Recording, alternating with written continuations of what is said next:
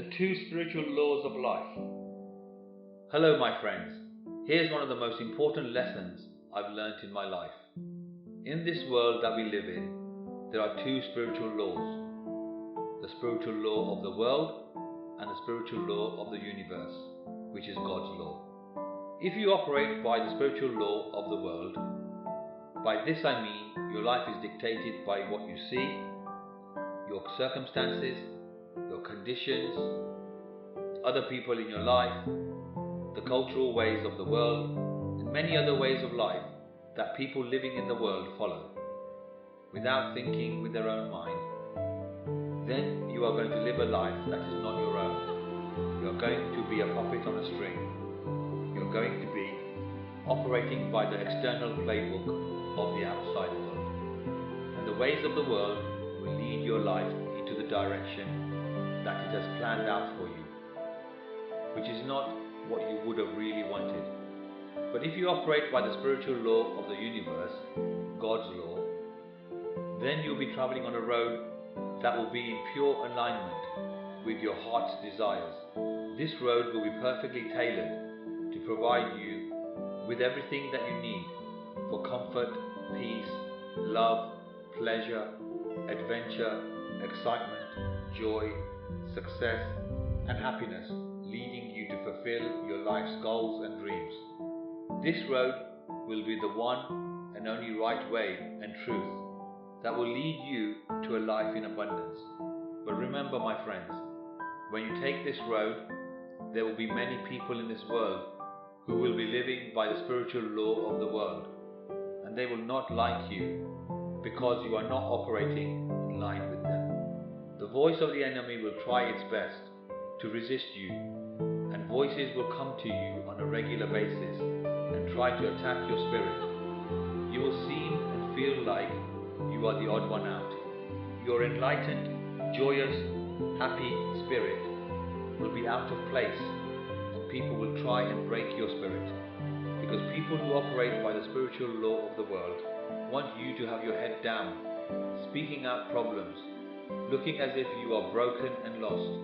And as long as you operate and show this type of posture and character to them, they will absolutely love you, because studies have proven that all mankind has a certain level of schadenfreude built into their spiritual makeup, and there is a certain amount of joy and excitement with everyone when they see drama and suffering in others.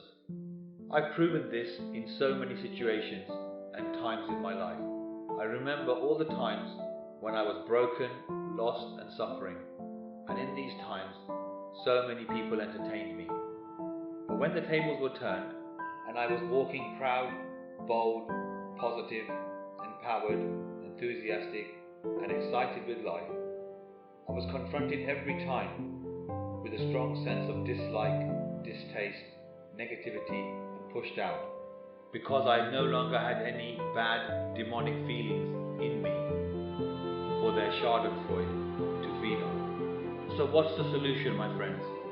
Well, let me tell you, in my life I found the solution, and I'm still in the process of implementing it fully in my life. The solution is this, and my good friends also agree with me on this to be true. Be quiet. Learn to keep your mouth shut. Say as little as possible. These people simply don't want to hear about your success. They only want to hear about your bad news and failures. It's a hard pill to swallow, but it's true. Be secretive as best as you can. Be as elusive as you can. Learn to listen. If you need to talk, be brief and keep it simple. Slow down and check in on yourself regularly. Don't allow yourself to be triggered.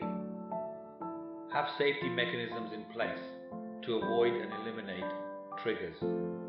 Remember, you're not in a battle. You are in a spiritual war, where the enemy is invisible. Be alert and watch out for all the signs, and act on them immediately to diminish their power. But most importantly, remember that these people are not your true, real friends. And you will know this because you you don't have to do any of this spiritual art of war with your real friends in your life. Your real, true friends are in constant contact with you.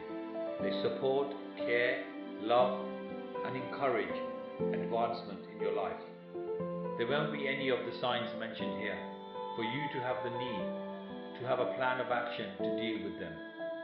And one thing you need to know for sure is that the day will come, sooner or later, when the wrong people will no longer be sitting at your table, and you will have moved on to better and greener pastures with the true people in your life, who have a loving heart of God for you in their life. Be strong, my friends. Come on, let's go. Good luck